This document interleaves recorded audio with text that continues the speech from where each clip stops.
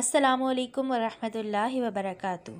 प्यारे बच्चों, आज हम हरूफ तहज्जी में हर्फ रे के बाद आने वाले हर्फ के बारे में जानेंगे और उसका नाम है रे। रे रे के सर पे आपको क्या नज़र आ रहा है? छोटी तोएं।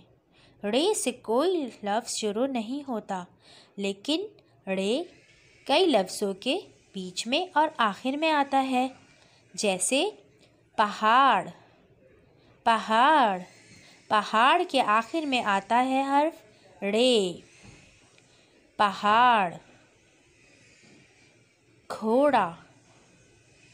घोड़ा घोड़े लफ्ज़ के भी बीच में आता है हर्फ रे। रे घोड़ा। चिड़िया। चिड़िया चिड़िया के भी बीच में आता है हर्फ रे। रे चिड़िया।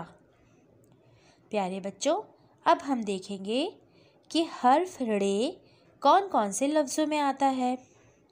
चिड़िया, पहाड़, घोड़ा, रे।